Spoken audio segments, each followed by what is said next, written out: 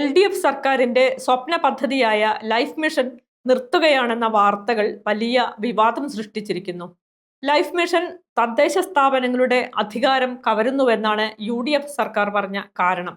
ഗുണഭോക്താക്കളെ തെരഞ്ഞെടുക്കാൻ ഗ്രാമസഭകൾക്കുള്ള അധികാരവും life mission കവരുന്നതായും ആരോപിക്കുന്നു. തദ്ദേശ സ്ഥാപനങ്ങൾക്കും ഗ്രാമസഭകൾക്കും പൂർണ്ണ പങ്കാളിത്തമുള്ള ഭവന പദ്ധതി ആരംഭിക്കാനാണത്രേ ആലോചിക്കുന്നത്. ഗുണഭോക്താക്കളെ തെരഞ്ഞെടുക്കാൻ പഞ്ചായത്തുകൾക്കും നഗരസഭകൾക്കും കൂടുതൽ അധികാരവും പങ്കാളിത്തവും ഉള്ളതാകും പുതിയ ഭവന പദ്ധതിയെന്നും സർക്കാർ വൃത്തങ്ങൾ പറയുന്നു. നിലവിൽ തദ്ദേശ സ്ഥാപനങ്ങളുടെ ആസൂത്രണ ഫണ്ടിന്റെ 20% സംസ്ഥാന സർക്കാർ ലൈഫ് പദ്ധതിയുടെ പേരിൽ തിരിച്ചെടുക്കുന്നുണ്ട്. അതോടൊപ്പം തന്നെ ലൈഫ് മിഷന്റെ വ്യവസ്ഥകൾ കാരണം പ്രധാനമന്ത്രി ആവാസ് യോജനയുടെ ഫണ്ട് സംസ്ഥാനത്തെ ഭവന നിർമ്മാണ പദ്ധതികൾക്ക് ഉപയോഗിക്കാനാകാത്ത സ്ഥിതിയുമുണ്ട്. ലൈഫ് മിഷനുമായി ബന്ധപ്പെട്ട് UDF ഈ നിലപാട് എടുക്കുന്നത് ഇതാദ്യമല്ല. UDF അധികാരത്തിലെത്തിയാൽ ലൈഫ് മിഷൻ പിരിച്ചുവിടുമെന്ന് കോൺഗ്രസ് നേതാക്കൾ മുമ്പ് പറഞ്ഞിരുന്നു. പദ്ധതിയുമായി ബന്ധപ്പെട്ട് അഴിമതി ആരോപണങ്ങളും UDF ഉയർത്തിയിരുന്നു. വ്യാജമായ അഴിമതി ആരോപണങ്ങളിലൂടെ പാവപ്പെട്ട മനുഷ്യരുടെ ഭവനമോഹങ്ങൾക്ക് UDF തടയിടുകയാണെന്നതായിരുന്നു അതിനുള്ള LDFന്റെ മറുപടി.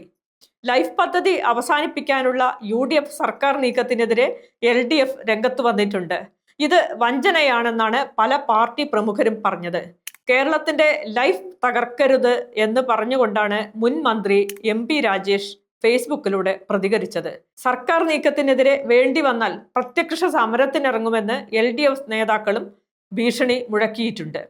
എന്നാൽ ലൈഫ് മിഷൻ പദ്ധതി നിർത്തലാക്കി എന്ന വാർത്ത അടിസ്ഥാനരഹിതമാണെന്നും മന്ത്രിസഭാ യോഗം ചേർന്നായിരിക്കും അന്തിമ തീരുമാനം എടുക്കുക എന്നും തദ്ദേശ സ്വയംഭരണ വകുപ്പ് മന്ത്രി KM ഷാജി പ്രതികരിച്ചു. വാസ്തവത്തിൽ എന്താണ് ലൈഫ് പദ്ധതി?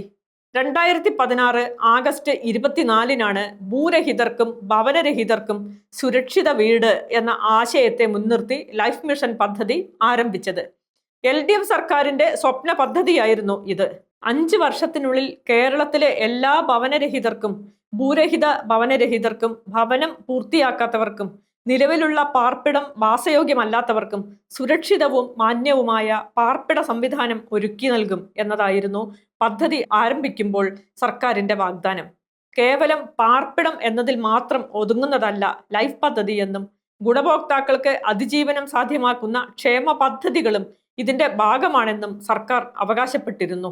ഗുണഭോക്താക്കൾക്ക് സുഗമമായ സാമൂഹിക ജീവിതത്തിനാവശ്യമായ അങ്കണവാടികൾ, പ്രാഥമികാരോഗ്യ കേന്ദ്രങ്ങൾ, പാലിയേറ്റീവ് കെയർ സംവിധാനങ്ങൾ തുടങ്ങിയവ ഇതിന്റെ ഭാഗമാണെന്നും സർക്കാർ പറയുന്നു.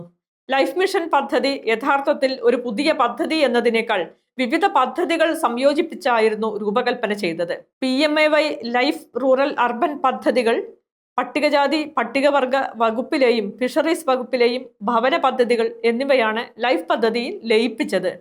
ഭൂമിയുള്ള ഭവനരഹിതർ, വീട് നിർമ്മാണം പൂർത്തിയാക്കാൻ കഴിയാത്തവരോ വാസയോഗ്യമല്ലാത്ത വീടുള്ളവരോ, പുറമ്പോക്കിലോ തീരദേശ മേഖലയിലോ തോട്ടം മേഖലയിലോ താൽക്കാലിക വീടുള്ളവർ, ഭൂരഹിത ഭവനരഹിതർ എന്നിവരാണ് പദ്ധതിയുടെ ഗുണഭോക്താക്കൾ.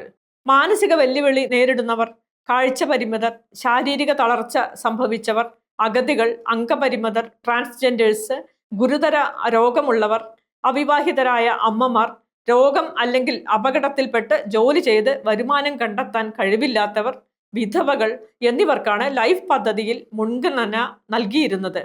450 സ്ക്വയർ ഫീറ്റ് വിസ്തൃതിയുള്ള വീടാണ് ഈ പദ്ധതി പ്രകാരം നിർമ്മിച്ചു നൽകിയിരുന്നത്.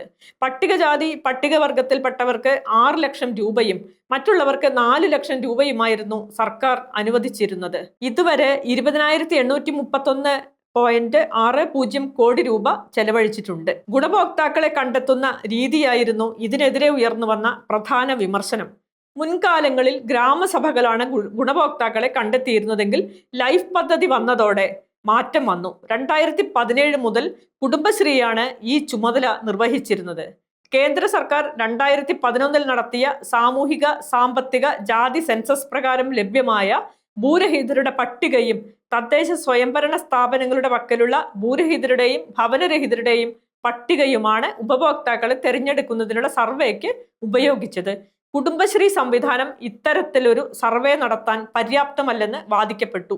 ലൈഫ് പദ്ധതി അധികാര കേന്ദ്രീകരണത്തിലാണ് ഊന്നുന്നതെന്നും അധികാര വികേന്ദ്രീകരണമാണ് വേണ്ടതെന്നും അക്കാലത്തു തന്നെ പ്രതിപക്ഷം ആരോപിച്ചിരുന്നു. ഈ പദ്ധതി പ്രകാരം ഭവനരഹിതർക്ക് വേണ്ടി സർക്കാർ അപ്പാർട്ട്മെന്റുകളാണ് നിർമ്മിച്ചു നൽകുന്നത്. അതോടെ പദ്ധതി നടത്തിപ്പും നിർമ്മാണവും വൻകിട ഹൗസിംഗ് നിർമ്മാണ സംരംഭങ്ങളുടെ ഭാഗമായി. ഇത് വലിയ അഴിമതിക്ക് കാരണമായി. ഗുണഭോക്താക്കൾക്ക് നിർമ്മിച്ചു നൽകുന്ന വീടുകളുടെ ഉടമസ്ഥാവകാശം ഒരിക്കലും കൈമാറുന്നില്ലെന്നതാണ് ഈ പദ്ധതിയുടെ മറ്റൊരു സവിശേഷത. മുൻകാലങ്ങളിൽ ഇത്തരം പദ്ധതികളിൽ ഉടമസ്ഥാവകാശം ഗുണഭോക്താവിന് തന്നെയായിരുന്നു. ഈ നിബന്ധനയും വിമർശനങ്ങൾ ഏറ്റുവാങ്ങി. ലൈഫ് പദ്ധതിയുടെ അഴിമതിക്കപ്പുറം ഇടതു സർക്കാരിന്റെ സ്വപ്ന പദ്ധതി കേരളത്തിലെ അധസ്ഥിതരായ ഭൂരഹിതരെയും ഭവനരഹിതരെയും ഭൂമിയിൽ നിന്നും സ്വത്തുടമസ്ഥതയിൽ നിന്നും വിഭവാധികാരത്തിൽ നിന്നും പുറന്തള്ളുന്ന ആധുനിക കോളനിവൽക്കരണ പദ്ധതിയാണ് എന്ന കാര്യം ആരും ഉന്നയിക്കാത്തത് എന്തുകൊണ്ടാണെന്ന് ഈ വിഷയത്തിൽ ഗൗരവമായ പഠനം നടത്തിയ കെ സന്തോഷ് കുമാർ ചോദിക്കുന്നു. ഭൂരഹിതർക്ക് മാത്രം വിതരണം ചെയ്യേണ്ടുന്ന ആയിരക്കണക്കിന് ഏക്കർ ഭൂമി ഇപ്പോഴും കേരളത്തിൽ അവശേഷിക്കുന്നുണ്ട്. ഇത് മാത്രം ഉണ്ടായാൽ കേരളത്തിലെ ഒരു ഭൂരഹിത കുടുംബത്തിന് 7.5 സെന്റ് ഭൂമി വെച്ച് നൽകാൻ കഴിയുമെന്ന് അദ്ദേഹം കണക്കുകൂട്ടി പറയുന്നു. അതിന് ആകെ വേണ്ടത് ആവശ്യമായ നിയമ നടപടി സ്വീകരിക്കുക എന്നത് മാത്രമാണ്. ഇത്തരം മൗലികമായ വിഷയങ്ങളിൽ എന്തു നിലപാടെടുക്കുന്നു എന്നതാണ് UDF സർക്കാരിന്റെ ഭാവി നിർണയിക്കുക.